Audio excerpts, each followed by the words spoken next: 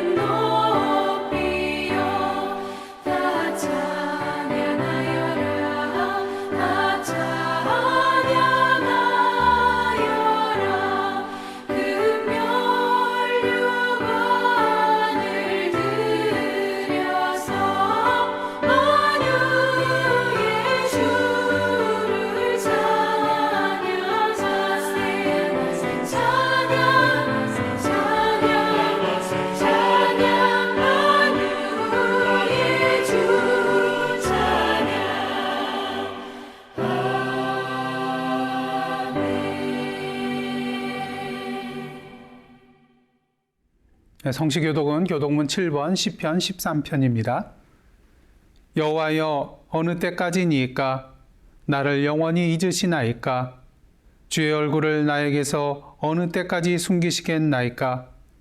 나의 영혼이 번민하고 종일토록 마음에 근심하기를 어느 때까지 하오며 내 원수가 나를 치며 자랑하기를 어느 때까지 하리이까?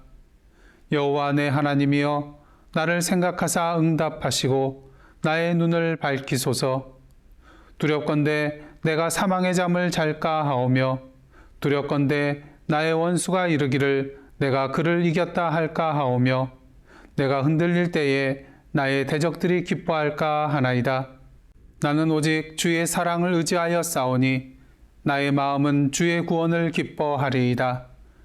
내가 여호와를 찬송하리니 이는 주께서 내게 은덕을 베푸심이로다. 아멘. 이제 함께 사도신경으로 우리의 신앙을 하나님 앞에 고백하시겠습니다. 전능하사 천지를 만드신 하나님 아버지를 내가 믿사오며 그 외아들 우리 주 예수 그리스도를 믿사오니 이는 성령으로 잉태하사 동정녀 마리아에게 나시고 본디오 빌라도에게 고난을 받으사 십자가에 못 박혀 죽으시고 장사한 지 사흘 만에 죽은 자 가운데서 다시 살아나시며 하늘에 오르사 전능하신 하나님 우편에 앉아 계시다가 저리로서 산 자와 죽은 자를 심판하러 오시리라. 성령을 믿사오며 거룩한 공회와 성도가 서로 교통하는 것과 죄를 사하여 주시는 것과 몸이 다시 사는 것과 영원히 사는 것을 믿사옵나이다. 아멘.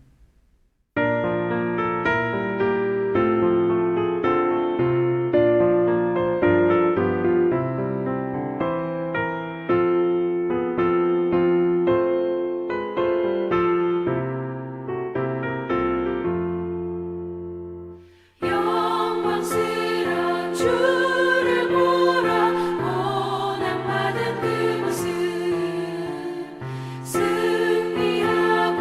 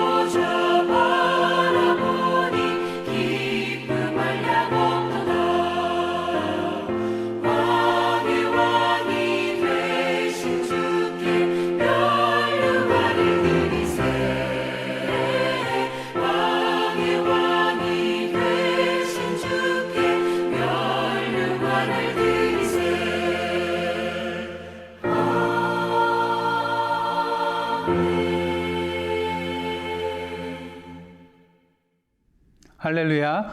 오늘도 거룩한 주일 맞이하여서 각 가정에서 영상으로 예배드리시는 예사랑 가족 여러분들 주님의 이름으로 환영하고 축복합니다. 이 시간 교회 소식 몇 가지 알려드리도록 하겠습니다. 저희들 주일에는 복음의 시작이라는 주제를 가지고 마가복음의 말씀을 나누고 있고요.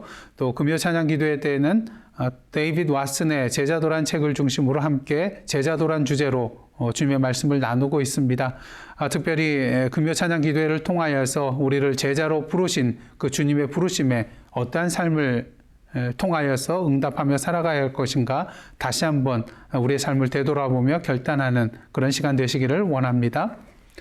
중보기도 제목이 있습니다. 환우들의 치료와 회복을 위하여, 또 코로나 백신의 원활한 공급과 위축된 경제의 회복을 위하여, 미얀마의 평화와 민주화를 위하여, 차별과 혐오가 아닌 사랑과 화합의 사회를 위하여, 화산 피해를 입은 카리브의 섬나라 세인트 빈센트 그레나딘을 위하여 여러분들 계속해서 기도해 주시기를 원합니다.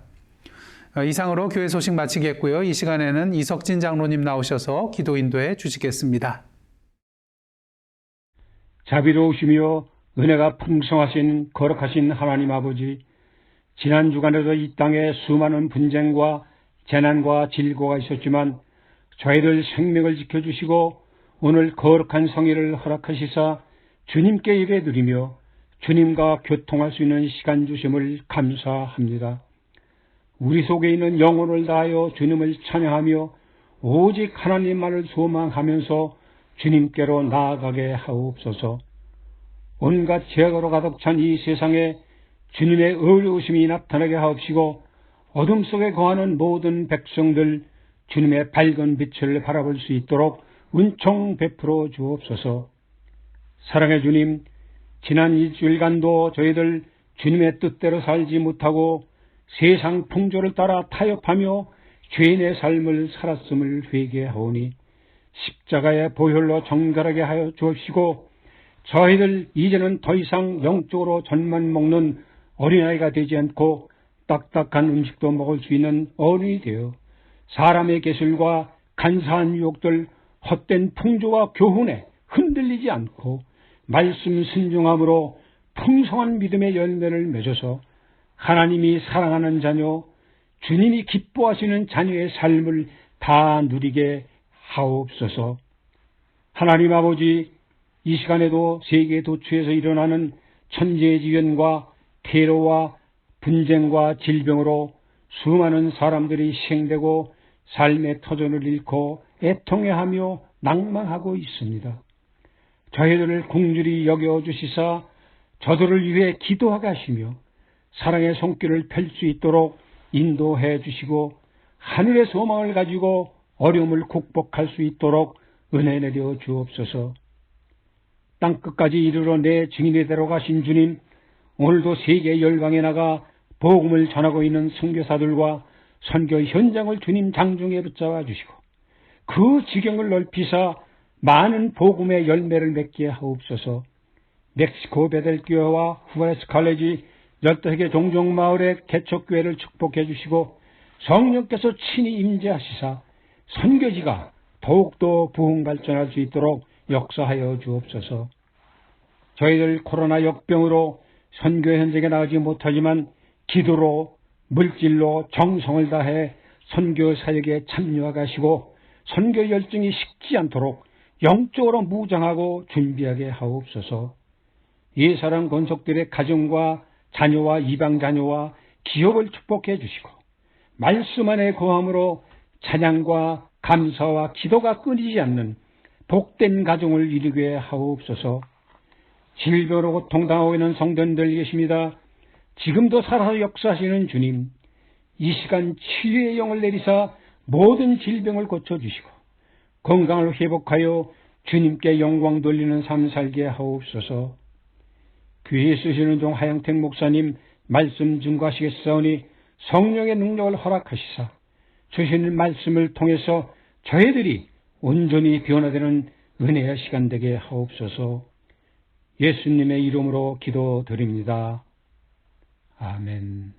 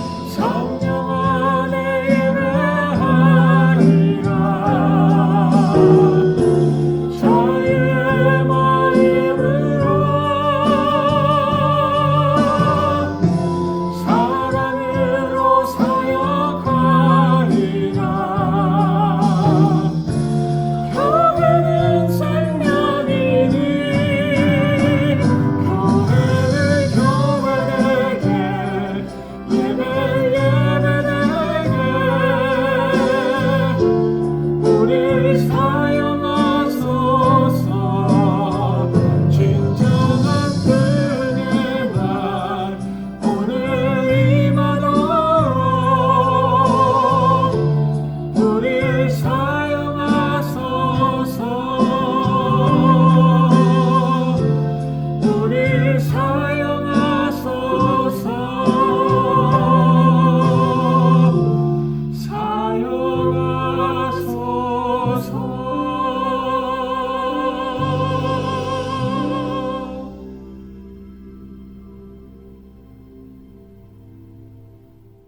아멘. 빌리김 집사님과 캐티김 집사님의 은혜로운 찬양이었습니다. 다 함께 기도하시겠습니다. 하나님, 오늘도 마가복음을 통하여서 말씀하시는 주님의 음성을 듣기를 원합니다. 오늘도 성령으로 저희들을 인쳐 주시사 열린 마음 허락하여 주시고 열린 눈과 열린 귀로 주님의 말씀을 보고 듣고 가슴으로 깨닫는 은혜의 시간 되게 하여 주옵소서. 예수님의 이름으로 기도드리옵나이다. 아멘. 오늘 이 시간 저희들에게 주시는 하나님의 말씀은 마가복음 1장 2절로부터 13절까지의 말씀입니다. 저와 여러분 한 목소리로 함께 합독하시겠습니다. 선지자 이사야의 글에 보라, 내가 내 사자를 내 앞에 보내노니 그가 내 길을 준비하리라.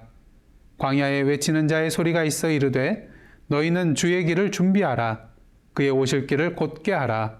기록된 것과 같이 세례 요한이 광야에 이르러 죄 사함을 받게 하는 회개의 세례를 전파하니 온 유대 지방과 예루살렘 사람이 다 나아가 자기 죄를 자복하고 요단강에서 그에게 세례를 받더라. 요한은 낙타털 옷을 입고 허리에 가죽띠를 띠고 메뚜기와 석청을 먹더라. 그가 전파하여 이르되 나보다 능력 많으신 이가 내 뒤에 오시나니 나는 굽혀 그의 신발끈을 풀기도 감당하지 못하겠노라. 나는 너희에게 물로 세례를 베풀었거니와 그는 너희에게 성령으로 세례를 베푸시리라. 그때에 예수께서 갈릴리 나사렛으로부터 와서 요단강에서 요한에게 세례를 받으시고 곧 물에서 올라오실새 하늘이 갈라짐과 성령이 비둘기같이 자기에게 내려오심을 보시더니 하늘로부터 소리가 나기를 너는 내 사랑하는 아들이라. 내가 너를 기뻐하노라 하시니라. 성령이 곧 예수를 광야로 몰아내신지라. 광야에서 40일을 계시면서 사탄에게 시험을 받으시며 들짐승과 함께 계시니 천사들이 수종 들더라. 아멘. 이는 하나님의 말씀입니다. 지난주 저희들은 마가복음 전체의 표제라고 할 수가 있는 마가복음 1장 1절의 말씀을 함께 나누었습니다. 마가복음이 바로 하나님의 아들 예수 그리스도의 복음의 시작이라는 것이죠. 왜냐하면 예수 그리스도의 부활의 사건으로 예수님의 복음 이야기가 끝나는 것이 아니라 예수님의 제자들을 통하여 그 복음의 이야기가 계속되었고 오늘도 이 땅의 모든 그리스도인들을 통하여 그 복음의 이야기가 계속 진행되어 나가고 있기 때문인 것이죠. 그리고 복음의 완성은 주님께서 이 땅에 다시 오시는 그 마지막 날에 온전히 이루어지는 것이기 때문인 것입니다.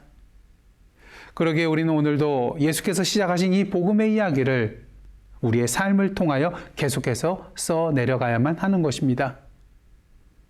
그렇다면 지금 저와 여러분은 이 복음의 이야기를 제대로 써내려가고 있는가요? 세상에서는 끝이 좋으면 다 좋다는 그런 말이 있습니다. 물론 시작이 좋지 못해도 끝이 좋은 경우가 있습니다. 하지만 꼭 그런 것은 아니더라고요. 그렇지 않은 경우가 분명히 있다는 것입니다. 만일 집을 짓는데 기초, 파운데이션이 잘못되었다면 어떻게 되나요? 아무리 다음 공정부터 제대로 지어서 아름다운 집을 만든다 할지라도 결국에는 허물고 다시 지어야 하는 것입니다. 복음도 마찬가지입니다.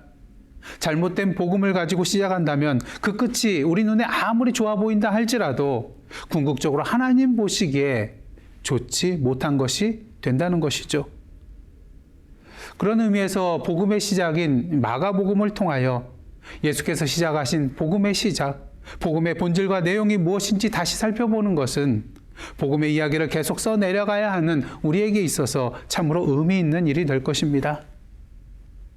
바라기는 이미 잘 알고 있는 마가복음의 내용이지만 이번 기회를 통하여서 우리가 그동안 보고 듣고 이해하며 믿었던 복음의 내용이 제대로 된 것인지 다시 한번 점검하고 혹시 잘못 알고 있었던 것이 있다면 수정하며 새로운 깨달음이 있다면 그 말씀 앞에 무릎으로 결단하며 나아가는 은혜의 시간 되시기를 간절히 원합니다.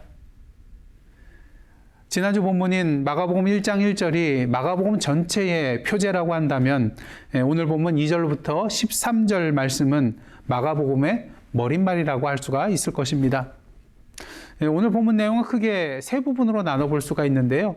2절로부터 8절은 세례 요한에 대한 이야기, 또 9절로부터 11절은 예수께서 세례 요한으로부터 세례를 받는 이야기, 그 다음에 마지막 12절 13절은 예수께서 사탄에게 시험을 받는 이야기라고 할 수가 있겠습니다. 아시다시피 마가복음은 모든 복음서 중에 가장 먼저 씌워진 것으로 그 내용을 보시면 다른 복음서에 비해 간결하고 박진감 있게 이야기를 전개해 나가는 것을 볼 수가 있습니다. 그러기에 이야기를 전개해 나가는 데 있어서 곧, 즉시라는 의미죠. 이 곧이라는 단어가 41번이나 사용되고 있는 것을 보게 됩니다. 또한 과거 시제 대신 현재 시제를 사용하여서 마치 사건이 지금 우리 눈앞에 펼쳐지고 있는 것처럼 생생하게 기록하고 있는 것을 보게 됩니다. 그 밖에도 마가복음이 예수님의 그 하신 말씀보다는 예수님의 어떤 하신 일과 이적에 초점을 맞추고 있기 때문에 요한복음처럼 신학적인 내용도 거의 담고 있지 않고요. 또 예수님의 비유 이야기도 마태복음이나 누가복음에 비하여 훨씬 적게 나타나는 것을 보게 됩니다. 특히 마태복음과 누가복음에 나오는 예수님의 족보 내용이나 또 예수님의 탄생 이야기도 소개하고 있지 않기 때문에 이 마가복음은 마가복음을 인용하고 또 참고하고 있는 마태복음과 누가복음보다 그 분량이 적은 것을 볼 수 있는 것입니다. 하지만 아무리 그렇다 해도 오늘 본문에 나오는 이 세 가지 이야기는 마태복음과 누가복음에 비하면 너무 내용이 빈약해 보입니다. 세례 요한에 대한 이야기도 너무 짧고요. 또 예수께서 세례 요한에게 세례를 받을 당시 세례 요한과 대화한 내용도 나타나지 않고 있고요. 또 예수께서 사탄에게 어떤 시험을 받으셨고 어떻게 그 유혹을 이겨내셨는지 그것에 대한 내용도 자세히 나타나 있지 않는 것을 보게 됩니다. 하지만 오늘 본문이 마가복음의 머릿말이라는 그런 생각을 가지고 이 내용을 본다면 저자 마가가 왜 이 세 가지 내용을 간략하게 소개하고 있는지 이해가 될 것입니다. 머릿말이란 책 등의 첫머리에 그 책의 취지나 내용을 간략하게 적은 글을 말하기 때문입니다. 마가는 이 세 가지 이야기를 통하여 독자들이 한 가지 사실을 분명히 붙잡고 마가복음 전체를 읽기를 원했던 것 같습니다. 그것은 바로 마가복음 1장 1절의 말씀처럼 예수께서 바로 하나님의 아들 그리스도시라는 사실인 것이죠. 그러기에 마가는 세례 요한에 대하여 길게 설명할 필요가 없었습니다. 예수께서 세례 받으시기 전에 세례 요한과 나누었던 그 대화의 내용도 소개할 필요가 없었습니다. 예수께서 사단에게 시험을 받을 때에 어떠한 시험을 받았는지 자세히 설명할 필요도 없었던 것입니다. 그 내용들이 길어지면 오히려 예수가 누구신지에 대하여 초점을 맞추는데 방해 요소가 될 수 있기 때문인 것이죠. 먼저 첫 번째 이야기인 세례 요한의 이야기인데요. 오늘 보면 4절로부터 5절 말씀 함께 보겠습니다.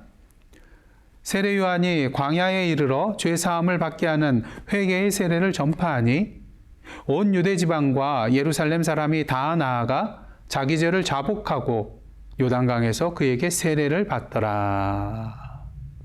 세례 요한이 회개의 세례를 전파하며 나아갈 때에 많은 사람들이 나와서 자신의 죄를 자복하고 요단강에서 세례를 받았다는 이야기인 것이죠. 중요한 것은 이 세례 요한이 나타나게 된 이유와 근거가 있다는 것입니다. 오늘 본문 2절, 3절 말씀입니다. 선지자 이사야의 글에 보라, 내가 내 사자를 내 앞에 보내노니 그가 내 길을 준비하리라. 광야에 외치는 자의 소리가 있어 이르되 너희는 주의 길을 준비하라. 그의 오실 길을 곧게 하라. 기록된 것과 같이. 마가는 이사야의 글에 기록된 것과 같이 세례 요한이 광야에서 회개의 세례를 전파하였다고 말하고 있습니다. 근데 사실 이 예언의 내용은요, 말라기 3장 1절과 이사야서 40장 3절에 나와 있는데 함께 보도록 하겠습니다. 먼저 말라기 3장 1절입니다. 만군의 여호와가 이르노라. 보라, 내가 내 사자를 보내리니 그가 내 앞에서 길을 준비할 것이요. 다음은 이사야서 40장 3절입니다. 외치는 자의 소리여 이르되 너희는 광야에서 여호와의 길을 예비하라. 사막에서 우리 하나님의 대로를 평탄하게 하라. 무엇을 말하나요? 광야에서 주의 길을 예비하기 위하여 외치는 이 세례 요한의 등장은 바로 하나님께서 이스라엘 백성에게 이미 약속하신 말씀의 성취의 사건이었다는 것입니다. 중요한 사실은 이 세례 요한이 누구의 길을 예비하기 위하여 나타났냐는 것입니다. 오늘 본문 7절과 8절 말씀입니다. 그가 전파하여 이르되 나보다 능력 많으신 이가 내 뒤에 오시나니 나는 굽혀 그의 신발끈을 풀기도 감당하지 못하겠노라. 나는 너희에게 물로 세례를 베풀었거니와 그는 너희에게 성령으로 세례를 베푸시리라. 세례 요한은 자기보다 능력 많으신 이가 자신의 뒤에 오신다고 말하고 있습니다. 그러게 굽혀 그의 신발끈을 풀기도 감당하지 못하겠다고 말하고 있습니다. 당시 유대 사람들은 샌들을 신었기 때문에 주인이 여행에서 지친 몸으로 집에 돌아오게 되면 종이 가장 먼저 할 일이 바로 먼지로 더러워진 주인의 신발끈을 풀어서 신을 벗기고 물을 떠다가 그 발을 씻겨주는 것이었습니다. 그런데 종으로서 할 이 일도 감당할 수 없다고 말합니다. 예수님의 종이 되기에도 자신이 부족하다는 것이죠. 특히 자신은 물로 세례를 베풀었지만 예수께서는 성령으로 세례를 베푸실 것이라고 말합니다. 자신의 세례는 사람들을 물에 담그는 것이었지만 예수께서는 사람들을 성령 안에 푹 담그는 세례라는 것이죠. 자신의 세례는 사람들로 하여금 죄를 자복하게 하는 회개의 세례였지만 예수님의 세례는 사람들을 내적으로 본질적으로 깨끗하게 해주는 죄 사함의 세례라는 것을 의미하는 것입니다. 요한은 사람들의 죄를 지적할 수는 있었지만 예수님과 같이 그 죄를 용서할 수 있는 능력과 권세는 없었기 때문인 것이죠. 그런 의미에서 세례 요한의 이야기는 주의 길을 준비하는 자를 보내신다는 하나님의 약속의 성취로서 궁극적으로 예수께서 바로 하나님께서 약속하신 그리스도요 메시아라는 것을 보여주는 이야기라고 할 수가 있는 것입니다. 다음으로 두 번째 이야기는 예수께서 세례 요한으로부터 세례를 받으신 이야기인데요. 예수께서 요단강에서 요한에게 세례를 받으실 때에 놀라운 사건이 일어납니다. 오늘 본문 10절과 11절입니다. 곧 물에서 올라오실새 하늘이 갈라짐과 성령이 비둘기같이 자기에게 내려오심을 보시더니 하늘로부터 소리가 나기를 너는 내 사랑하는 아들이라 내가 너를 기뻐하노라 하시니라. 성경에는 우리가 믿고 고백하는 삼위일체라는 그런 표현, 그런 용어는 나오고 있지 않습니다. 그럼에도 불구하고 우리가 하나님에 대해서 삼위일체 하나님이라고 표현하는, 그렇게 표현할 수밖에 없는 이유가 바로 오늘 본문에도 나타나고 있습니다. 삼위일체 하나님을 설명하는 방법 중에 가장 대표적인 잘못된 방법이 양태론적 그런 방법인데요. 양태론이란 간단히 말해서 성부 하나님이 직접 육신의 몸을 입고 예수로 와서 그분이 죽고 부활한 후에 또한 오순절 날에 성령으로 오셨다는 것입니다. 다시 말해서 동일한 한 분의 하나님이 세 가지 양태로 나타나셨다는 것이죠. 이를 설명하기 위해서 비유로 드는 것이 한 사람이 집에서는 아버지요, 또 회사에서는 부장님이요, 또 교회에서는 장로님이라는 이러한 비유입니다. 어떻게 보면 그럴듯해 보입니다. 그리고 이보다 더 그럴듯한 비유가 있는데요. 바로 물과 얼음과 또 수증기의 비유입니다. 물이 0도씨에서 100도씨 사이에서는 액체로 존재하고요. 또 0도씨 이하인 영하에서는 얼음 고체로 존재하고요. 또 100도씨 끓는 점 이상에서는 수증기, 기체로 존재하기 때문인 것입니다. 참으로 그럴듯하고 삼위일체에 대해서 제대로 이해할 수 있게 되는 것 같습니다. 하지만 큰 문제가 있습니다. 한 사람이 동시에 집에 있으면서 아버지 역할을 하고 회사에 있으면서 부장의 역할을 하고 교회에서 장로의 역할을 동시에 감당할 수 없다는 것입니다. 물도 마찬가지죠. 물이면서 또한 얼음이면서 또한 수증기일 수가 없다는 것이죠. 동시에 세 가지로 존재할 수 없다는 것입니다. 하지만 오늘 본문을 보시면 어떻습니까? 예수께서 요한에게 세례를 받으신 후 물에서 올라오고 계시고요. 하늘에서 성령이 비둘기같이 예수께 내려오고 있고요. 또 하늘로부터 아버지 하나님의 소리가 나고 있습니다. 삼일체 하나님께서 동시에 성자 하나님, 성령 하나님, 성부 하나님으로 나타나고 계심을 분명히 보게 되는 것이죠. 중요한 사실은 오늘 본문을 보시면 성부 하나님께서 예수님을 향하여 이렇게 말씀하십니다. 너는 내 사랑하는 아들이라 내가 너를 기뻐하노라. 예수께서 하나님의 아들이시라는 것을 분명히 보여주는 그러한 사건인 것입니다. 그런데 여러분, 예수께서 이렇게 세례를 받는 이야기 속에서 한 가지 의문이 생겨납니다. 예수께서 왜 세례를 받으셔야만 했냐는 것이죠. 오늘 보면 4절을 보시면 요한의 세례는 죄사함을 받게 하는 회개의 세례라고 하였습니다. 그러게 5절을 보시면 온 유대 지방과 예루살렘 사람이 다 나아가 자신의 죄를 자복하고 요단강에서 세례를 받는 것을 보게 되죠. 이상하지 않으신가요? 예수께서는 죄가 없으신 분인데 왜 세례 요한에게 세례를 받으셨을까? 그렇게 동일한 사건을 다루고 있는 마태복음을 보시면 세례 요한도 이를 이상하게 여겨 예수께 이렇게 말합니다. 마태복음 3장 14절 말씀입니다. 요한이 말려 이르되 내가 당신에게서 세례를 받아야 할 터인데 당신이 내게로 오시나이까? 그러자 예수께서 뭐라고 말씀하십니까? 15절입니다. 예수께서 대답하여 이르시되 이제 허락하라. 우리가 이와 같이 하여 모든 의를 이루는 것이 합당하니라. 여기에 예수께서 세례 요한에게 세례를 받는 이유가 나타나고 있습니다. 이와 같이 하여 모든 의를 이루는 것이 합당하기 때문이라는 것이죠. 사실 이 내용은 해석하기 참으로 난해한 구절인데요. 여러 가지 해석들이 있지만 가장 무난한 것은 세례 요한이 예수께 세례를 베푸는 것이 아버지 하나님의 뜻이며 그 뜻에 순종하는 것이 하나님의 의를 이루는 것이 된다는 것입니다. 그렇다면 예수께서 세례 요한으로부터 세례를 받으셨다는 것은 과연 무엇을 의미하는 것일까요? 여러 가지 많은 의견들이 있지만 가장 대표적인 그런 견해는 동일시의 세례입니다. 죄 없으신 예수께서 죄인인 우리와 자신을 동일시하셨다는 것이죠. 그러게 우리의 죄를 짊어지시고 우리를 대신하여 우리의 죄의 자리에 서서 세례를 받으셨다는 것입니다. 그리고 아버지 하나님의 뜻대로 우리가 걸어가야 할 그 십자가의 길을 예수께서 걸어가시기 시작하셨다는 것이죠. 그러게 세례 받으신 후 물에서 올라오실 때 아버지 하나님께서 너는 내 사랑하는 아들이라 내가 너를 기뻐하노라 말씀하셨던 것입니다. 그런 의미에서 우리는 예수께서 세례 받으신 이야기를 통하여 예수님이 하나님의 아들이라는 사실뿐만 아니라 아버지 하나님의 뜻대로 순종하며 우리의 죄를 대속하기 위하여 고난의 십자가의 길을 걸어가신 분이라는 것 또한 알 수 있게 되는 것입니다. 다음으로 세 번째 이야기는 사탄에게 시험 받으신 이야기인데요. 12절, 13절 말씀입니다.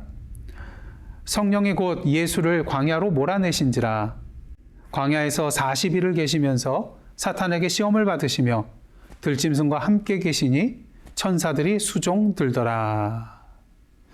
아시다시피 같은 내용을 다루고 있는 마태복음과 누가복음의 내용을 보시면 예수께서 사탄에게 세 가지 시험 받으신 것과 또 하나님의 말씀으로 이 시험을 물리치신 그런 내용을 보게 됩니다. 하지만 오늘 본문 말씀은 자세한 이러한 내용을 다루지 않고 그저 예수께서 사탄에게 시험을 받으셨다는 그런 내용만 다루고 있는 것을 보게 됩니다. 왜 마가는 이러한 사탄의 시험에 대하여 승리하신 내용을 자세히 소개하고 있지 않은 걸까요? 아마도 사탄의 시험이 이것으로 끝나지 아니하고 계속되며 예수님의 궁극적인 승리는 부활의 때에 완성이 될 것이기 때문이라고 할 수 있을 것입니다. 중요한 사실은 오늘 본문은 예수께서 이러한 사탄과 대적하여 싸우시는 분이며 들짐승과 함께 있어도 해를 당하지 아니하고 천사들이 수종을 두는 초자연적인 신적인 존재임을 분명히 보여주고 있다는 것입니다. 지금까지 저희들은 오늘 본문의 세 가지 이야기를 통하여 예수께서 하나님의 아들 그리스도시라는 사실을 분명히 보았습니다. 마가는 우리가 이 사실을 분명히 붙들고 마가복음을 읽기를 원하고 있습니다. 왜냐하면 마가복음 전체의 내용이 바로 하나님의 아들 예수 그리스도의 이야기이며 이것이 바로 복음의 이야기이기 때문인 것이죠. 그런 의미에서 우리는 오늘 본문 속에서 무엇이 복음인지 다시 한번 발견하게 됩니다. 저는 그 복음을 오늘 본문과 관련하여서 소리라고 표현하고 싶습니다. 오늘 본문을 보시면 소리라는 단어가 2번 나타나고 있는데요. 3절에 광야에 외치는 자의 소리인 세례 요한의 소리와 11절에 예수를 향한 아버지 하나님의 소리입니다. 그렇다면 이 두 소리가 왜 복음이 되는 것일까요? 우리가 가지고 있는 성경은 구약에서 신약으로 넘어갈 때 한 장만 넘기면 됩니다. 말라기 4장에서 마태복음 1장으로 넘어가면 되는 것이거든요. 하지만 실제 역사는 그렇지 않습니다. 말라기 선지자 이후 예수님이 등장하기까지 약 400년이란 그런 공백이 있기 때문인 것이죠. 그러기에 이를 신구약 중간 시대라고 말하고요. 또는 암흑 시대, 침묵의 시대라고 말하기도 합니다.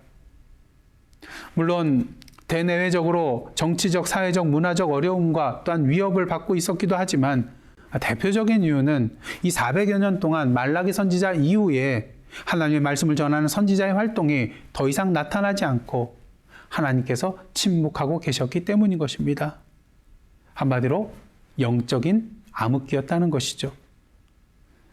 특히 이스라엘은 이 400년 동안 마카비 혁명으로 인하여 100년 동안 독립한 것을 제외하고는 주변 열강의 지배를 받아왔고 또 예수님 당시에는 로마의 지배를 받고 있는 상태였습니다. 마치 애굽에서 400년 동안 종살이를 하였던 그들의 선조들의 모습을 보는 것 같습니다. 그러게 이스라엘 백성들은 이 하나님의 말씀을 기다리고 있었습니다. 하나님께서 선지자들을 통하여 약속하셨던 그리스도 메시아가 오기만을 학수고대하고 있었던 것이죠. 그런데 이러한 상황 가운데 유대 광야에서 세례 요한이라는 자가 나타났습니다. 여러분, 오늘 보면 6절을 보시면 온 유대 지방과 예루살렘 사람들이 다 나아가 자기 죄를 자복하고 요단강에서 세례를 받는 것을 보게 됩니다.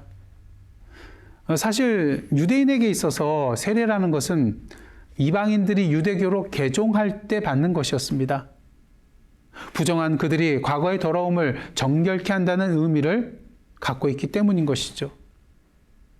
그런데 유대인들이 세례 요한에게 나와서 이러한 세례를 받고 있습니다. 어찌된 일일까요? 마태복음을 보시면 세례 요한이 회개를 촉구하면서 단지 육신적으로 아브라함의 자손이라고 하여서 깨끗하고 의로운 것이 아님을 분명히 말하고 있습니다. 하나님의 진노를 피하기 위하여 유대인들도 자신들의 죄를 회개하는 세례를 받아야 한다는 것이죠. 그렇다면 도대체 세례 요한이 어떤 자였기에 모든 사람들이 그 앞에 다 나와서 죄를 자복하고 세례를 받았을까요? 오늘 본문 6절 말씀입니다. 요한은 낙타털 옷을 입고 허리에 가죽띠를 띠고 메뚜기와 석청을 먹더라. 여러분, 당시 유대인들이 이러한 세례 요한의 모습을 보고 누구를 연상하게 되었을까요? 선지자 엘리야를 생각하였을 것입니다. 열왕기하 1장 8절입니다. 그들이 그에게 대답하되 그는 털이 많은 사람인데 허리에 가죽띠를 띠었더이다 하니 왕이 이르되 그는 디셉 사람 엘리야로다. 특히 말라기서 4장 5절을 보시면 이러한 말씀이 있습니다. 보라, 여호와의 크고 두려운 날이 이르기 전에 내가 선지자 엘리야를 너희에게 보내리니. 당시 유대인들은 이를 근거로 세례 요한을 하나님께서 보내신 엘리야와 같은 선지자로 여겼을 것이며 이 세례 요한의 말을 하나님의 말씀으로 여겼을 것입니다. 400년 동안 듣지 못했던 하나님의 말씀 뿐만 아니라 그토록 기다렸던 하나님께서 약속하신 메시아 그리스도의 소식을 세례 요한의 입술을 통하여 듣게 됩니다. 그러기에 그들은 세례 요한 앞에 나와 자신의 죄를 자복하고 세례를 받게 된 것입니다. 주의 길을 예비하는 소리인 세례 요한의 소리는 그들에게 복음의 소리였기 때문인 것이죠. 또한 오늘 본문에 나오는 두 번째 소리는 예수님을 향한 아버지 하나님의 소리였습니다. 11절 말씀 다시 한번 보겠습니다. 하늘로부터 소리가 나기를 너는 내 사랑하는 아들이라 내가 너를 기뻐하노라 하시니라. 사실 이 내용은 아버지 하나님께서 아들 예수 그리스도에게 주신 말씀인데 이것이 왜 우리에게 복음이 되는 것일까요? 예수 그리스도를 구주로 믿고 고백하여 세례를 받게 되면 예수님과 같이 우리 또한 하나님 아버지의 사랑하는 아들과 딸, 그리고 하나님이 기뻐하시는 자가 되기 때문인 것입니다. 오늘 말씀을 보시면 하늘이 갈라지면서 성령이 임하시며 하늘에서 소리가 나는 것을 보게 됩니다. 여기서 하늘이 갈라졌다고 할 때 이 갈라졌다에 해당되는 헬라어 단어는 스키조라는 그런 단어를 쓰는데요. 갈라지다, 찢다라는 그런 뜻을 가지고 있습니다. 근데 이 단어가 마가복음에 한 번 더 등장을 하는데요. 바로 마가복음 15장 38절입니다. 이에 성소 휘장이 위로부터 아래까지 찢어져 둘이 되니라. 예수께서 십자가 위에서 돌아가시자 성소와 지성소를 구분하는 휘장이 찢어지게 되는데요. 이때 찢어졌다에 쓰인 단어가 오늘 본문에 쓰인 갈라진다의 스키조입니다. 성소 휘장이 찢어졌다는 것은 대제사장만이 들어갈 수 있는 지성소에 예수 그리스도의 피로 말미암아 우리도 들어갈 수 있게 되었다는 것을 의미합니다. 하나님의 아들, 딸로서 아버지 하나님을 직접 만나 뵐 수 있게 됨을 의미하는 것이죠. 그러기에 이것이 우리에게 복음이 되는 것입니다. 바라기는 오늘도 이 복음의 소리를 듣고 깨닫고 누리시는 저와 여러분의 삶이 되시기를 원합니다. 너는 내 사랑하는 아들이라. 너는 내 사랑하는 딸이라. 내가 너를 기뻐하노라. 오늘도 아버지 하나님께서 우리에게 말씀하고 계십니다. 중요한 사실은 오늘도 우리 아버지 하나님께서 우리를 향하여 너는 내 사랑하는 딸이라, 아들이라, 내가 너를 기뻐하노라 이렇게 말씀하신다고 해서 우리의 인생길이 아무런 걱정과 근심과 고난이 없는 그런 삶이 되는 것은 아니라는 것입니다. 예수께서 아버지 하나님의 소리를 들으신 후 가장 먼저 일어난 사건이 무엇입니까? 성령이 예수를 광야로 인도하셨습니다. 그리고 그 광야에서 사탄에게 시험을 받게 됩니다. 물론 천사들이 수종을 들었습니다. 하지만 그 천사들은 사탄이 예수님을 시험하지 못하게 하기 위하여 있었던 것이 아닙니다. 누가복음 22장을 보시면 예수께서 겟세마네 동산에서 땀이 땅에 떨어지는 핏방울처럼 보일 정도로 힘써 간절히 기도하실 때에 천사가 하늘로부터 와서 예수께 나타나 힘을 더하였습니다. 하지만 그 천사가 예수님이 십자가의 고난의 길을 가는 것을 막아주기 위하여 온 것은 결코 아니었습니다. 그렇다면 천사가 예수께 온 이유는 무엇일까요? 영국의 성서신학자 톰 라이트는 오늘 본문에서 천사들이 예수의 수종을 든 사실에 대하여 이렇게 말하고 있습니다. 그들은 예수님이 사탄에게서 시험받는 것을 막기 위해 거기 있지 않았다. 마지막에 예수님이 갈보리로 가시는 것을 막지 않았던 것과 마찬가지다. 그들은 사랑하시는 아버지께서 그를 지켜보시며 그곳에 함께 계시며 그를 사랑하시며 그를 통해 일하시며 항상 그 안에 성령을 부어주신다는 확신을 예수님께 주기 위해 그곳에 있었다. 예수님은 자신을 따르는 모든 사람이 가야 할 길을 가셨다. 사랑의 말, 생명의 말을 들으셨기에 그렇게 하실 수 있었다. 우리는 종종 하나님께서 천사를 보내주셔서 우리가 아무런 시험도 받지 않고 아무런 십자가도 지지 않고 나아갈 수 있도록 해주실 것이라는 막연한 기대감 속에 살아갈 때가 있습니다. 하지만 하나님께서 복음을 위하여 예수 그리스도를 십자가에 내어주셨던 것처럼 우리도 당신의 복음을 위하여 근심과 고난의 십자가의 길을 가게 하실 수 있다는 것을 우리는 알아야 합니다. 하지만 오늘도 우리가 잊지 말아야 할 소리는 무엇입니까? 너는 내 사랑하는 아들이다, 딸이다. 내가 너를 기뻐하노라. 그럼에도 불구하고 아버지 하나님께서는 여전히 우리를 사랑하고 기뻐하신다는 것입니다. 그 증거가 무엇입니까? 오늘도 우리를 홀로 내버려 두시는 것이 아니라 우리의 삶 가운데 성령님을 보내주셔서 우리와 함께 하고 계시다는 것입니다. 그리고 우리로 하여금 결국 성령의 능력과 지혜로 말미암아 이 모든 고난과 역경을 이겨낼 수 있도록 역사하여 주신다는 것입니다. 사랑하는 성도 여러분, 어떠한 소리를 듣기를 원하십니까? 어떠한 소리로 살아가기를 원하십니까? 오늘도 하나님의 복음의 소리를 듣고 그 복음의 능력을 온전히 누리시기를 원합니다. 그리고 한 걸음 더 나아가 세례 요한처럼 복음의 소리가 되어 이 세상을 향하여 너는 내 사랑하는 아들과 딸이라, 내가 너를 기뻐하노라 외치시는 하나님의 복된 소리를 전하시는 저와 여러분의 삶이 되시기를 간절히 원합니다.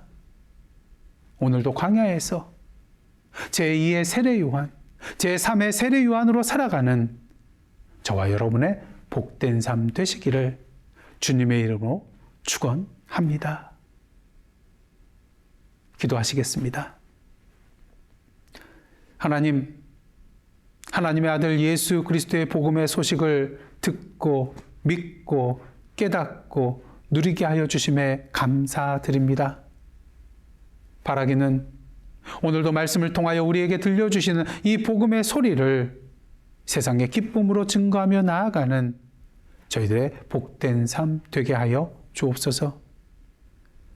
예수님의 이름으로 기도드리옵나이다. 아멘.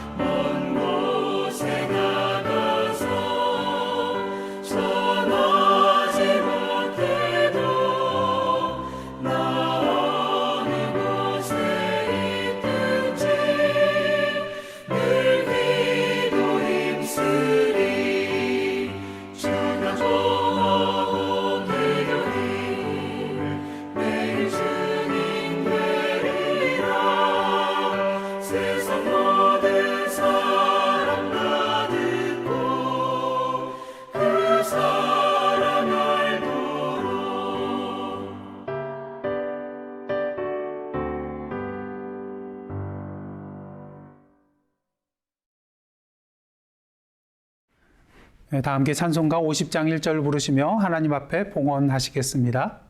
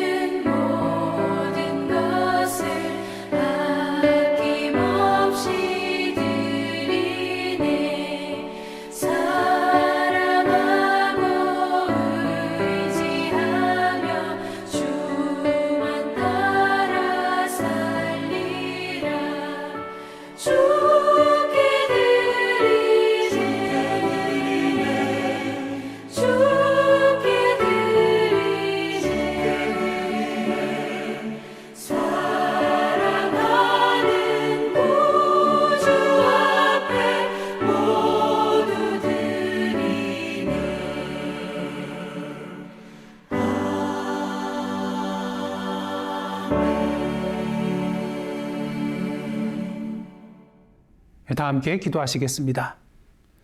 하나님, 지난 한 주간 주님의 자녀로 저희들을 품어주시고 사랑으로 인도하여 주심에 감사드립니다. 그러게 오늘 이 시간 주님의 은혜에 감사한 마음으로 주님께서 허락하신 물질의 일부를 다시 주님께 올려드리며 우리의 삶을 주님 앞에 드리오니 이 물질이 사용되는 곳마다 우리의 마음과 손과 발이 닿는 곳마다 주님의 참된 사랑과 생명의 빛이 드러나게 하시고 주님의 영광 드러나게 하여 주옵소서. 이 세상을 위하여 기도합니다. 지금 이 지구촌은 하나님의 생명과 치료와 회복의 손길을 기다리고 있습니다. 오늘도 성령으로 임하여 주시사 이 세상이 줄 수 없는 당신의 참된 평안함으로 채워주시고 질병과 고통과 낭만과 죽음과 두려움 속에서 저희들을 구원하여 주옵소서. 특히 미얀마의 땅에 참된 평화와 민주화가 이루어질 수 있게 하여 주시고 인종차별과 혐오가 사라지고 한 형제 한 자매로 살아가는 이 미국 사회가 되게 하여 주옵소서. 하나님의 선교를 위하여 기도합니다. 오늘도 세계 각처에 흩어져 계시는 선교사님들과 선교의 현장 가운데 함께하여 주시사 주님의 사랑의 손길이 전달되고 진리의 말씀이 선포될 때에 생명의 풍성한 열매들이 맺혀지게 하여 주옵소서. 사랑하는 성도들을 위하여 기도합니다. 오늘도 약할 때 강함 되시는 주님의 능력으로 우리의 모든 연약함과 인생의 문제들로부터 해방되며 주님 주시는 참된 지혜와 능력으로 힘차게 인생의 발걸음을 내디뎌 나아가는 주님의 백성들 되게 하여 주옵소서. 특히 육신적인 연약한 가운데 계신 분들의 병상에 임하여 주시사 마음의 평안을 허락하여 주시고 친히 환처에 안수하여 주심으로 치유하여 주시고 회복케 하여 주옵소서. 이제 새로운 한 주간 살아가게 됩니다. 성령의 인자하심과 동행하신 가운데에 주님의 빛과 맛을 드러내며 주님의 나라의 지경을 넓혀 나아가는 저희들의 복된 삶 되게 하여 주옵소서. 이 모든 말씀 예수님의 이름으로 기도드리옵나이다. 아멘. 이제 다 함께 파송의 말씀으로 나아가시겠습니다. 사랑하는 성도 여러분, 하나님께서 여러분을 다시 복음 앞에 부르고 계십니다. 주여, 주님의 부르심에 순종하며 이 땅의 복음의 사명자로 살아가겠나이다. 아멘. 이제는 우리 구주 예수 그리스도의 은혜와 하나님 아버지의 크신 사랑과 성령님의 감동감화 교제케 하시는 역사가 오늘도 예수께서 하나님의 아들 그리스도이심과 하나님께서 우리를 자녀 삼으시고 기뻐하기를 원하고 계심을 전하는 복음의 소리로 살아가기로 결단하며 나아가는 하나님의 백성들과 그 삶의 현장 위에 나라와 민족과 이 미국 땅과 선교지와 온 세계 위에 이제로부터 영원토록 함께 계시옵기를 간절히 축원하옵나이다. 아멘.